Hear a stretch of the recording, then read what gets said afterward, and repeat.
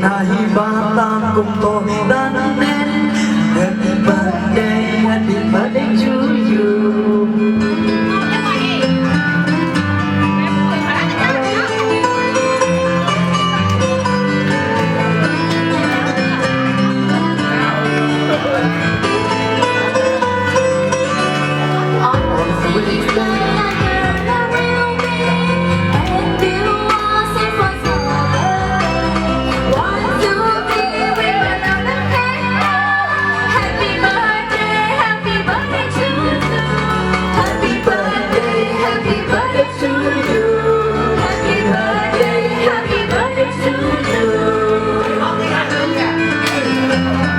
Xin trân trọng quý vị và bà nữ ca sĩ lên cùng song ca với dân tộc ngày hôm nay. Ca sĩ Tiến Nhung là giáo viên năng văn của trường đại học sư phạm Phạm Văn Đồng. Xin quý vị cho một tràng pháo tay đi ạ.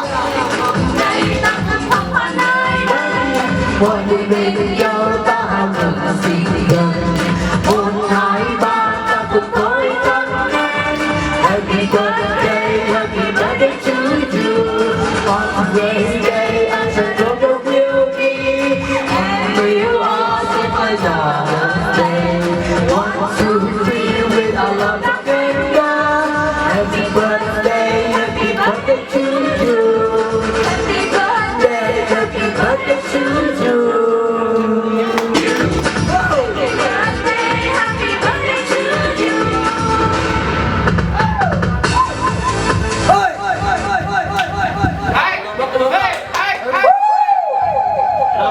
Vâng.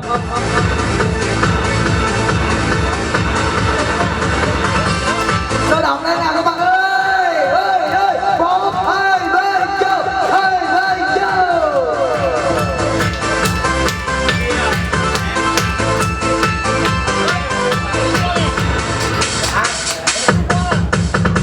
Ngày hôm nay ta cùng một anh nơi đây, mọi người bên nhau ta hát mừng sinh nhật. 1, 2, 3 ta cùng thôi ta lên. Happy birthday to you. Happy birthday to you. Các bạn đây vâng, kính thưa Day after I will be, and we will all sing for the birthday. 1, 2, 3, I burn out the candle. Happy birthday to you. Happy birthday to you. Happy birthday to you. vâng, rất cảm ơn tất cả các bạn đã nghe. Vâng, xin mời lại cho MC Quang Vinh.